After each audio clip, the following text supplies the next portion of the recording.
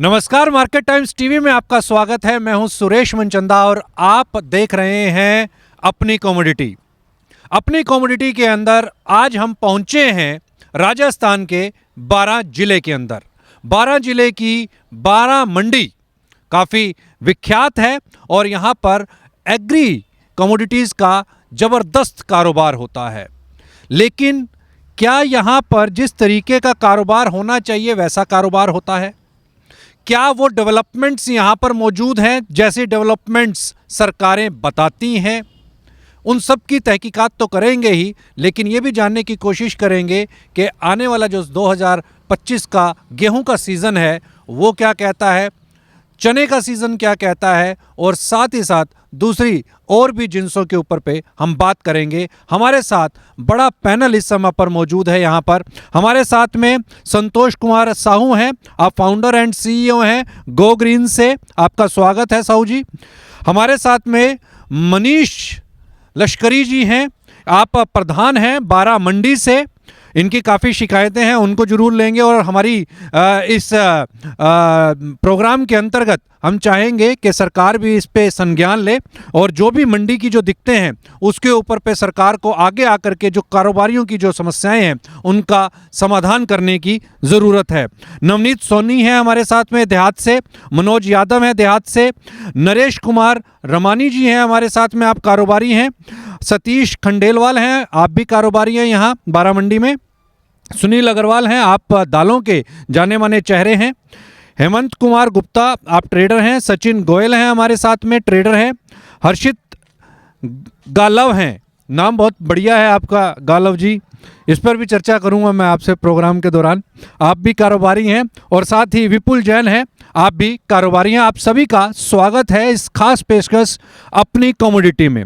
बहुत सारी समस्याएं होंगी, बहुत सारी चीज़ें हैं, लेकिन सबसे पहले जो प्रोग्राम की शुरुआत है हम पल्सेस के ऊपर पे एक आउटलुक ले लेते हैं, क्योंकि चने की मंडी है, कोटा भी, चने को लेकर के कोटा भी जाना जाता है, कोटा 12।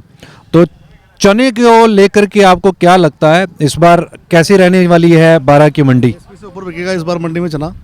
पिछले साल इस बार क्या कैरी स्टॉक नहीं है, जो पहले व्यापारियों के पास होता था वो नहीं है। जो हमारे इंपोर्ट आ रहा है वो भी 2-3 महीने पूरा हो जाएगा।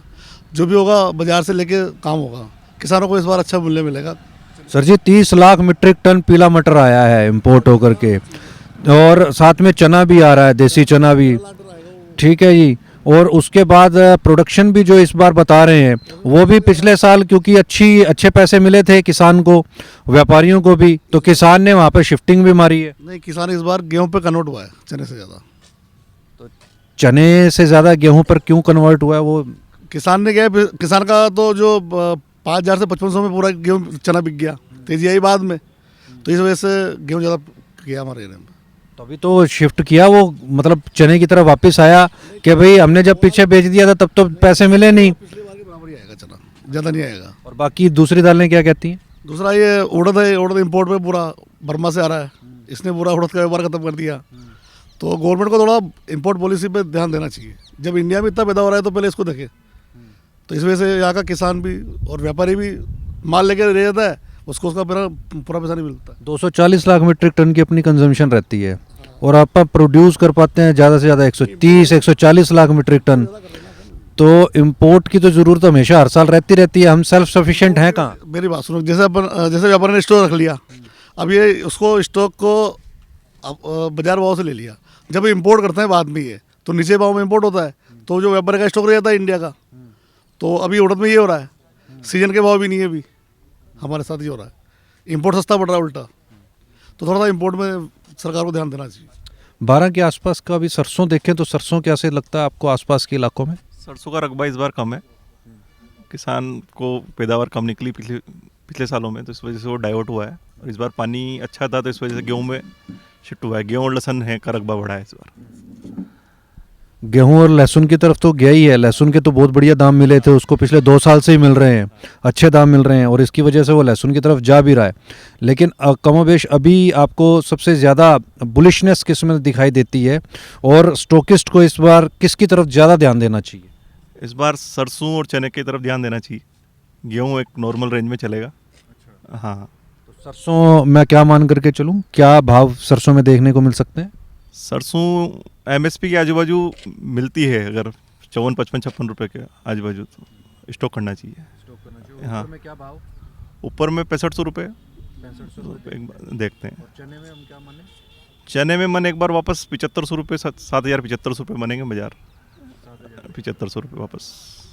एक एक आउटलुक ले लेते हैं कि कितनी तेजी यहाँ पर दिखाई देती है। आपको क्या लगता है कौन सा सब्जेक्ट जो है, कौन सी कमोडिटी के अंदर एक खास तेजी बन सकती है? सर तेज़ी तो ऐसा है कि गारंटेड नहीं है कि किस चीज़ में कमोडिटी में तेज़ी बन सकती है। और एक आंकलन मंडी को देख करके, मंडी के अंदर जो बातें MSP जो पे रेट पे अफवाहों का जो जो दौर चलता है उसके पीछे फिर ट्रेडर देखता है कि अच्छा इसके अंदर में किस लिए तेजी बन पा रही है। ट्रेडर सर जिन्स की क्रॉप के ऊपर अनुमान लगाता है कि किस जिन्स की क्रॉप ज़्यादा है और किसके भाव न्यूनतम आ गए, तो उसी चीज़ पे ट्रेडर्स जाता है और उसी चीज़ को लमसम लेकर स्टॉक। इस बार आपका ध्यान किसकी तरफ है? सर हमारा ध्यान इस बार चने और प्लस गेहूँ और सरसों, 3 चीज़ में ज़्यादा है। 3 चीज़ में ज़्यादा है। गेहूँ क्या देखते हैं?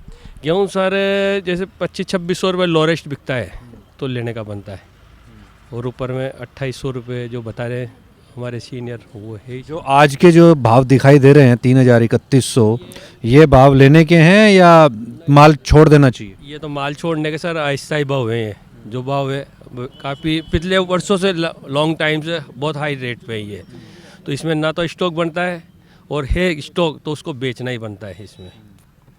सचिन जी, बड़े बड़े ग्रुप्स आ गए हैं स्टॉक करने के लिए, और गेहूं की जब समय पर आती है फ्लोर मिल्स की होड़ लगती है उसको स्टॉक करने की।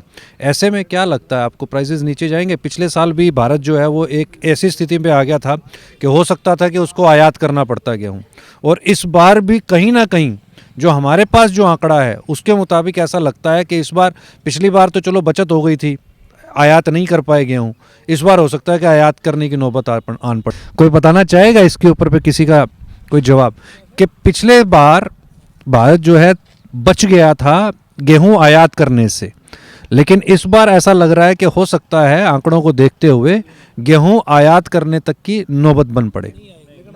नहीं आएगी सर, इस बार पैदावार अच्छी है। यदि गेहूं को आयात करती नहीं है आएगी। सरकार ने, यदि सरकार गेहूं का आयात करती है आने वाले वर्ष के लिए, तो यूँ मान लो कि गेहूं की स्थिति बहुत ख़राब हो जाएगी।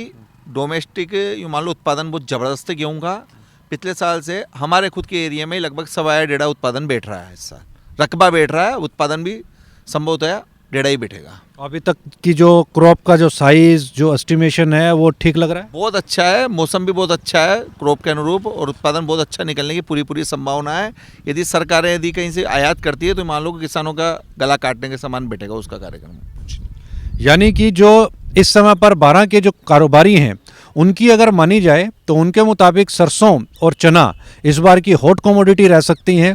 गेहूं फिसल सकता है, जो अभी के करंट भाव है 3100 रुपये के आसपास जो चल रहा है वो हो सकता है कमोबेश 2600, 2700, 2800 रुपये की रेंज में आ जाए।